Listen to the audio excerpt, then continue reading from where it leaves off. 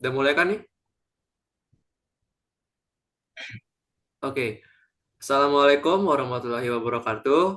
Selamat malam Mas dan Mbak Asdos. Pada kesempatan kali ini, kita dari kelompok 9 akan mempresentasikan atau mendemokan atau responsi dari tugas interpolasi linear.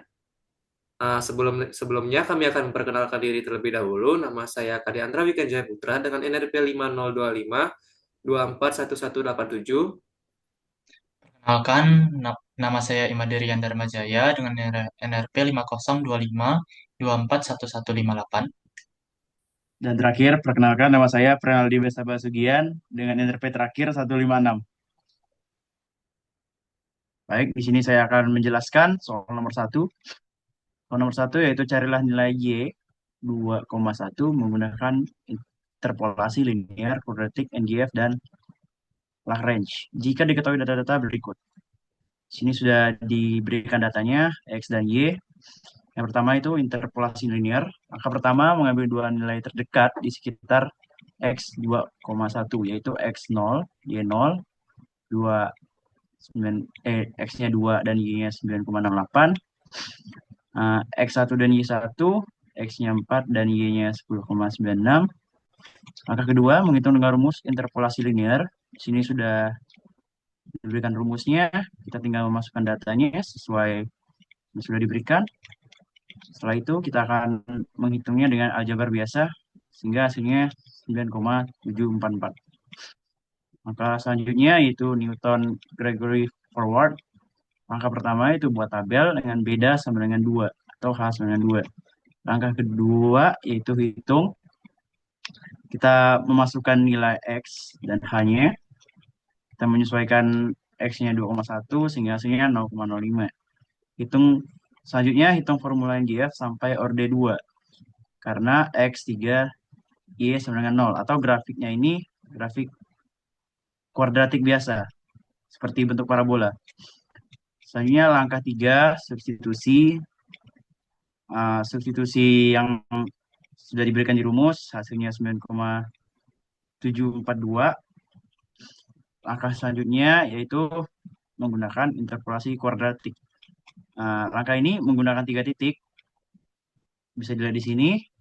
Salah satu cara termudah adalah Newton Gregory orde 2. Tapi di sini cukup dianggap kuadratik biasa, hasilnya sama dengan NGF. Lihat bagian berikut ini. Karena di bagian orde 3 sudah 0, ini hasilnya bakal sama aja dengan NGF. Bisa dilihat di sini hasilnya sangat mirip, cuma beda satu di ujung. Selanjutnya, metode Lagrange. Metode Lagrange merupakan polinomial Lagrange orde 4 yang melalui kelima titik juga akan menurunkan ke parabola yang sama karena ada data sebenarnya kuadratik. Jika dirumuskan, maka menjadi seperti ini. Setelah disubstitusikan 2,1 maka diperoleh 2,1 mendekati 9,7421. Saya tidak membuat tabel lagi karena sudah direpresentasikan pada tabel Newton Gregory Forward. Penjelasan selanjutnya akan dijelaskan oleh teman saya. Oke, jadi di sini di soal selanjutnya itu adalah dengan mencari nilai E pangkat 2 dengan menggunakan interpolasi Newton-Gregory backward. Jika diketahui data-data berikut yaitu adalah X-nya adalah 0,1, 0,6, 1,1, 1,6, dan 2,1. Dengan nilai f X-nya atau Y-nya adalah 1,052 dan seterusnya. Nah, dengan menggunakan rumus atau metode Newton-Gregory backward itu, maka dihasilkan juga bentuk tabelnya yaitu seperti ini. Jadi, di sini ada X-nya, di sini ada fungsi X-nya, di sini merupakan ada delta X-nya yang merupakan hasil pengurangan dari eh, bawah dengan atasnya yang menghasilkan nilai delta fx-nya. Ini juga dilakukan secara iteratif ya. Jadi di delta 2 fx juga sama dilakukan seperti ini, dikurangi ini dengan ini, kurangi ini dengan ini, menghasilkan ini, dan seterusnya. Nah, selanjutnya kita akan mengambil dari bawah fungsi dikarenakan kita menggunakan Newton-Gregory backward. Jadi, kita akan mengambil dari bagian bawahnya, yaitu di sini, di sini, di sini, di sini, dan di sini. Nah, lalu langkah selanjutnya adalah kita mencari S-nya. S-nya merupakan nilai dari pangkat 2 atau 2 itu sendiri dikurangi dari nilai akhir dari backwardnya yaitu 2,1 dibagi dengan jarak dari eh, X-nya. Berarti kan 0,1, 0,6 itu kan lompatnya 5 jarak. Berarti kita bedakan, 0,5. Kita bedakan berarti 0,5. Jadi, S-nya sama dengan 2 kurang 2,1 dibagi 0,5 sama dengan minus 0,2. Nah, selanjutnya kita akan memasukkan rumus MGB-nya dengan F0-nya sebagai 8,1662 atau ini, dengan S delta F-nya yaitu adalah ini, S delta 2F ini, dan begitu pula seterusnya. Nah, kita akan substitusi rumusnya melalui rumus Newton-Gregory backward yang ini. Sehingga didapat hasilnya adalah 7,39192608 dan di mana nilai E pangkat 2 yang saya hitung melalui kalkulator itu adalah 7,3890560999. Itu bedanya sangat sedikit sekali ya. Dan lanjut untuk soal nomor 4. Ini juga merupakan cara ya maksudnya merupakan tabel yang sama namun dengan cara yang berbeda. Nah, soalnya yaitu tentukan tekanan uap pada temperatur 370 derajat jika diketahui hubungan antara tekanan uap dan temperatur sebuah bejana adalah sebagai berikut. Dengan temperatur adalah 361, 367, 378, dan seterusnya. Dan pressure atau tekanannya itu adalah sebagai berikut. Nah, pada kasus ini dikarenakan nilai T itu tidak konstan, maka saya akan menggunakan metode interpolasi Lagrange dikarenakan nilai X-nya tidak konstan atau P-nya. Nah, maaf, maksud saya ini T. Nah, lanjut ke rumus interpolasi Lagrange adalah sebagai berikut. Dengan X sebagai 372 dan XN sebagai data-data dari T, yaitu ini, dengan Fn-nya sebagai P, yaitu ini, bagian bawah. Kemudian kita substitusi semua rumusnya, dan juga sehingga didapatkan hasil tekanan uap jika diketahui temperatur 372 adalah 177,6131929. Nah, untuk soal selanjutnya akan dijelaskan oleh teman saya. Oke, selanjutnya saya akan jelaskan untuk nomor 3. Nah, nomor 3 ini kita diminta untuk mencari nilai sin 0,28 menggunakan interpolasi Gauss forward, Gauss backward, dan Hermite. Nah, diketahui nilai X dan nilai fungsinya seperti ini. Yang pertama kita lakukan adalah, di sini ada dua cara ya, Gauss dan Hermite. Untuk Gauss sendiri ada forward dan backward. Itu yang langkah pertamanya adalah mencari nilai beda. Seperti yang dijelaskan oleh teman saya tadi, cari nilai bedanya itu sama seperti tadi, dan didapatkan hasil tabel seperti ini. Langkah kedua itu adalah mencari nilai S, lebar interval. Sama juga seperti soal 2 tadi, kita gunakan XS 0,28 dikurangi dengan X0-nya. Nah, bedanya di Gauss forward atau backward ini, nilai X0-nya itu dipakai yang tengah.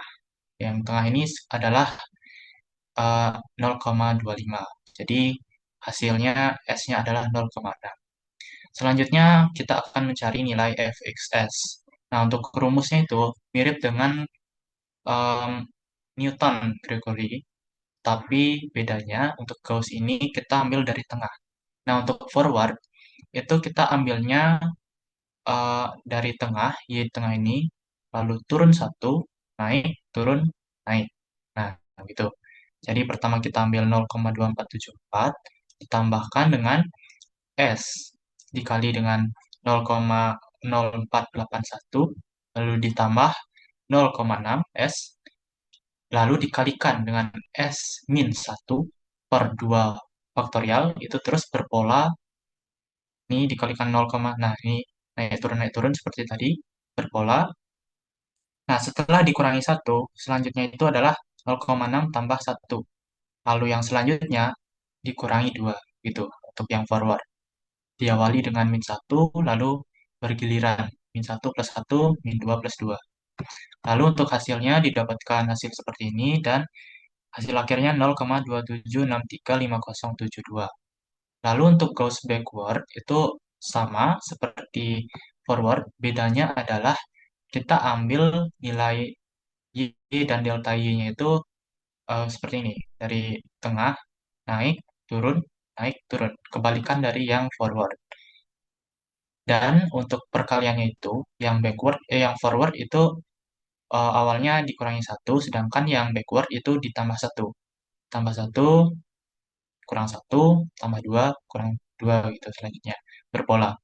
Dan hasil akhirnya juga sama, 0,27635072. Nah, selanjutnya adalah metode Hermat. Metode Hermat ini menggunakan fungsi sin ini ya. Sin yang awalnya adalah kita lihat di sini x-nya ada 15, 20, 25, 30, 35 dan kita perlu 28. Nah, ini kita tetapkan 0,28 sama kita tetapkan ini karena ada 5 ya yang diketahui. Berarti ini akan dijumlahkan sebanyak 5 suku. Jadi yang suku pertama itu 0,28 min. Yang 15-nya ditaruh di bawah, yang selanjutnya 28, 20-nya ditaruh di bawah, dan di kanannya nggak ada gitu, berpola. Lalu ini selanjutnya juga berpola, dan pengalinya itu adalah yang di bawah ini. Nah, ini kan sama terus nih. Jadi ini 15 itu hasil dari sin 0,15, yaitu 1494. Begitu juga seterusnya. Nah, untuk hasilnya sendiri di sini ada sedikit kesalahan ya. Setelah saya hitung kembali di Excel, sebentar, layar screen. Oke, untuk saya hitung kembali tadi, untuk hasilnya itu yang benar adalah, nih, harusnya 0,03382 ditambah ini, tambah ini, tambah ini, tambah ini, dan totalnya adalah 0,27635056. Mirip dengan yang hasil dari Gauss forward dan Gauss backward yang tadi. Oke, selanjutnya adalah soal 5. Nah, soal 5 ini kita diminta untuk memaparkan konsep dari interpolasi spline dan jelaskan tentang konsep dasar dari spline linear, spline kuadratik, dan spline kubik. Nah, konsep dasar dari interpolasi spline itu adalah metode interpolasi yang menggunakan fungsi polinomial bertingkat atau biasa disebut piecewise polynomial untuk mendekati fungsi yang kompleks atau berfluktuasi tinggi. Jadi fungsi yang tidak beraturan gitu ya. Lalu tidak seperti interpolasi polinomial biasa yang menggunakan satu polinomial berderajat tinggi untuk seluruh domain, spline ini membagi domain menjadi beberapa interval dan menggunakan polinomial derajat rendah pada setiap interval. Nah, di sini ada keuntungan dari interpolasi spline itu, ia lebih stabil secara numerik, menghindari osilasi besar yang umum terjadi pada interpolasi polinomial derajat tinggi yang biasa disebut fenomena Runge, mungkin itu. Oke. Lalu dan lebih akurat untuk data yang besar atau tidak teratur. Selanjutnya ini paparan tentang spline linear, kuadratik, dan kubik. Untuk linear yaitu menggunakan polinomial derajat satu atau garis lurus pada setiap interval. Rumusnya seperti ini, dan karakteristiknya sederhana dan cepat dihitung, cukup akurat jika datanya tidak terlalu melengkung, kalau atau lurus gitu ya, bilang. Lalu selanjutnya tidak memiliki kelengkungan atau turunan keduanya sama dengan nol. Selanjutnya ada spline kuadratik, itu menggunakan rumus polinomial derajat 2 kuadrat untuk tiap interval. Rumusnya seperti ini. Dan untuk mendapatkan koefisien AI, BI, dan CI ini dibutuhkan kondisi interpolasi di titik XI dan XI plus 1. Lalu kekontinuan turunan pertama antar interval dan satu kondisi tambahan. Misalnya, turunan kedua pada titik awal sama dengan awal. Dan karakteristik dari spline kuadratik ini adalah lebih halus dibanding spline linear. Karena dia menggunakan kuadratik ya, lebih apa namanya, detail gitu. Lalu dapat mengikuti kelengkungan data yang lebih baik. Selanjutnya spline kubik. Nah, ini lebih presisi lagi intinya gitu. Kubik ini metode yang paling populer karena keseimbangannya lebih dan kehalusannya lebih baik gitu. Nah, rumusnya seperti ini. Dan syarat-syaratnya itu fungsi interpolasi harus melewati semua titik data, fungsi harus memiliki turunan pertama dan kedua yang kontinu di titik sambung, Dan kondisi batas atau boundary conditionnya bisa natural, atau turunan kedua di ujung itu sama dengan nol, atau claim, turunan pertama diketahui di ujung. Keunggulannya sangat halus, kontinuitas sampai turunan kedua, dan menghasilkan bentuk kurva yang alami dan tidak terlalu berosilasi. Baik, sekian dari saya. Bisa ditutup oleh teman saya.